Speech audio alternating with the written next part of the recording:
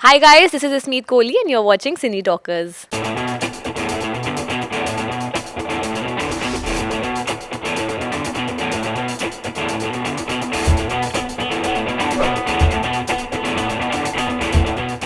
Hi Purvi welcome to Cine Talkers firstly congratulation for your show Thank किस तरीके you. का किरदार है अपने कैरेक्टर के बारे में कैसे डिस्क्राइब करोगे So my character is super bubbly. She wears her heart on her sleeves, loves life, and she goes after whatever she wants to achieve in her life. So that's how she is.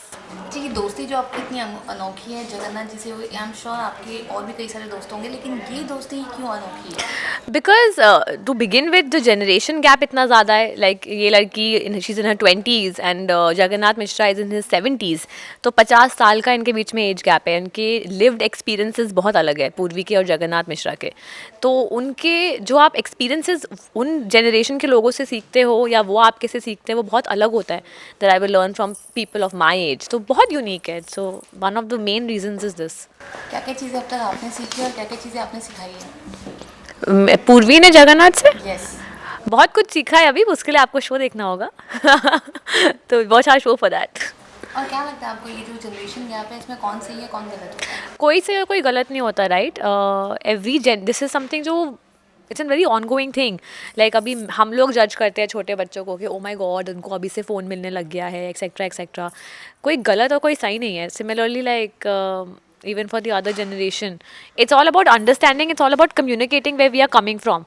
But I think at the end of the day we are all wanting the same thing. So do you think कि audience इसको accept करेगी उनके reactions हाँ जी, of course, because like बहुत relatable story है हमारी. तो people my age will be able to relate with the stories, people their age would be able to relate with the stories. तो once you relate with something then you know root for those characters also and you want to know more and explore those stories more. So absolutely I think everyone will relate with it and love it. Audience के लिए क्या कुछ कहना चाहते हो Please watch our show on Sony Entertainment Channel Monday to Friday 9:30 p.m. and we're very excited for you to watch the show. Okay, so hi guys. Firstly, congratulations for the new show. Talking about the character and the story, why the story is so अनोखी and ऐसा क्या है इसमें कि जो बाकी दोस्ती भी हम देखते हैं तो ये उनसे थोड़ी डिफरेंट और अलग क्यों है मुझे लगता है हर दोस्ती अनोखी होती है, कोई जनरल नहीं होती. और वो इसलिए होती है कि वो दोनों क्या एक दूसरे के प्रति अंदर से महसूस करते हैं, वो नहीं जो दिखा रहे हैं. आप भी अपने अपने जीवन में अगर देखेंगे तो आपकी जिसके साथ जो दोस्ती है वो अपने आप में एक ही है, यूनिक है, वो अद्वितीय है. तो इसकी भी कुछ ऐसी खूबियाँ हैं, बहुत सारी बातें जो गुस्सा दिलाती है जगन्नाथ मिश्रा को. लेकिन शायद अकेले में जाके वो सोचते हैं यार कह तो सही रही थी ये, वहाँ तो मैंने इसको डांट वाट दिया लेकिन बात तो सही कर रही थी, मेरी बोलती बंद कर दी थी इसने.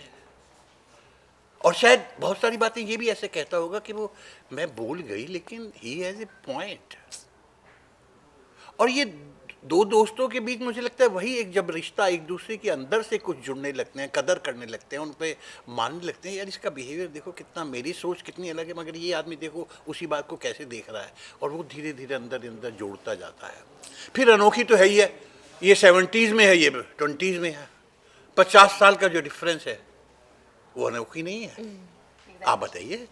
तो ये तो भाई हर तरह से कि घुमा फिरा के 360 डिग्री के एंगल से देखोगे ये दोस्ती अनोखी ही है. और इसका Plus- शब्द दोस्ती है, रिश्ता नहीं है. That's a very different. There's a very nice difference. between दोस्ती ही सबसे बड़ा रिश्ता है, बाकी तो मैन मेड है, ये आप ऊपर वाला बनाता है, ये आपका मन चुनता है दोस्तों को. दोस्ती से बड़ा कोई रिश्ता ही नहीं होता, बाकी सब गॉड गिवन है, ब्लड के हैं.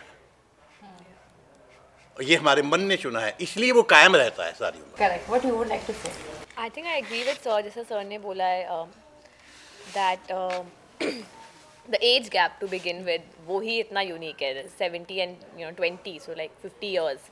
And उसमें every generation में हम सबके different opinions होते हैं and like he has different opinions and world views and I have different opinion and world views.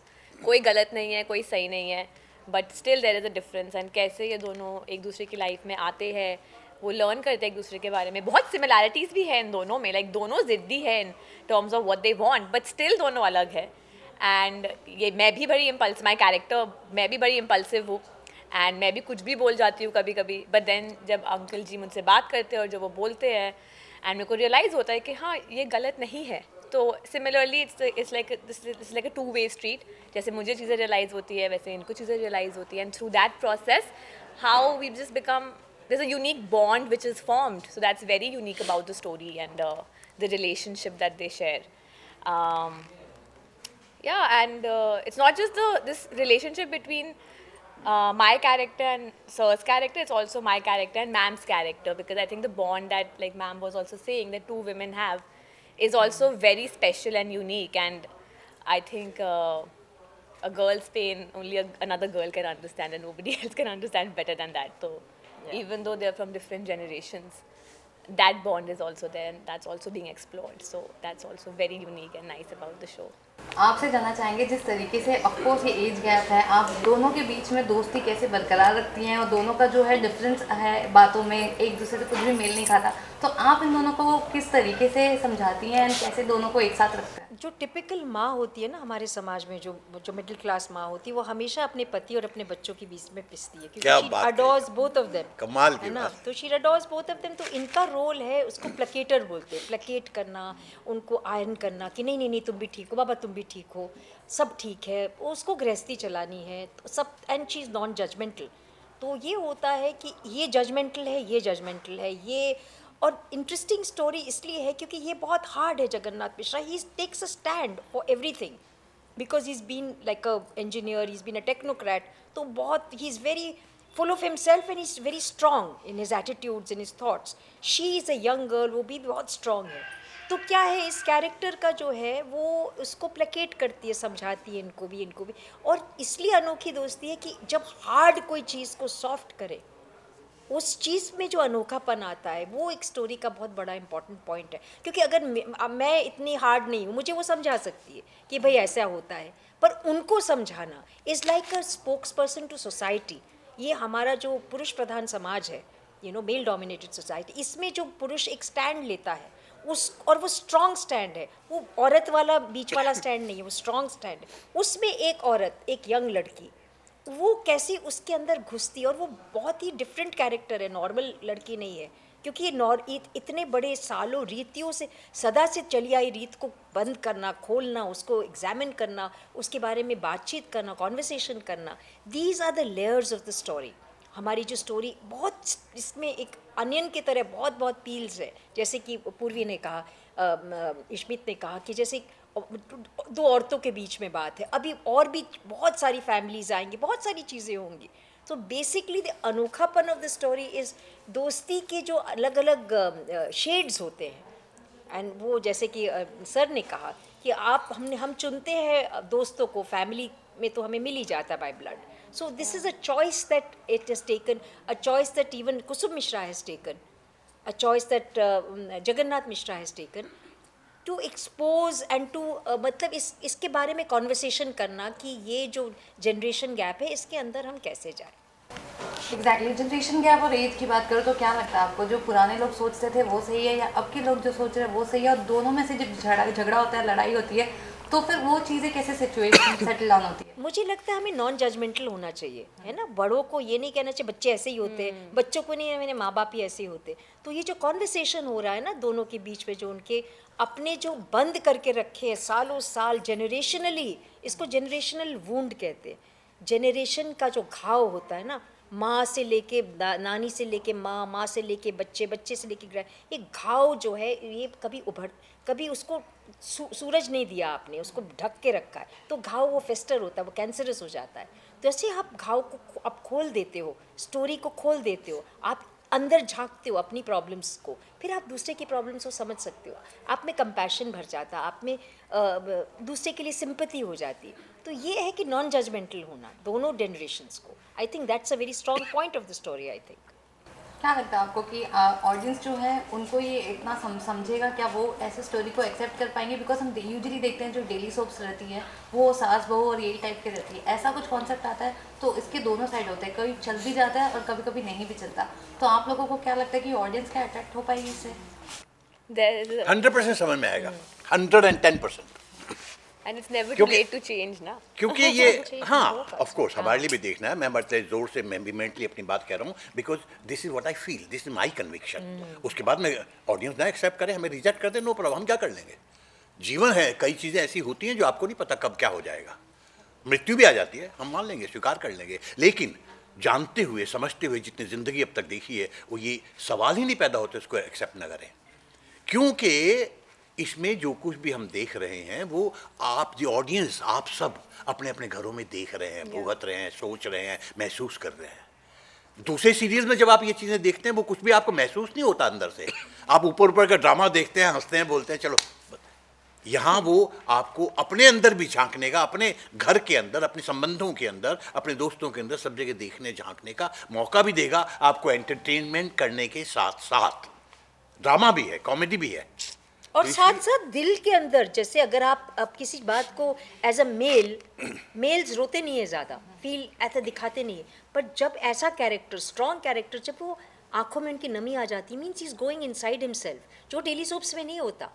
ये इसमें अब वो ही इज़ अंडरस्टैंडिंग अपने अंदर जो डीमंस है, अपने अंदर जो राक्षस जो बंद करके रखा है, जो भी स्टोरी के level, we can not explain the story right now, but whatever he has suppressed within him, and I know as a wife of 50 years he has suppressed it, and he knows he has suppressed it, so sometimes he'll open it up and then he'll immediately close it.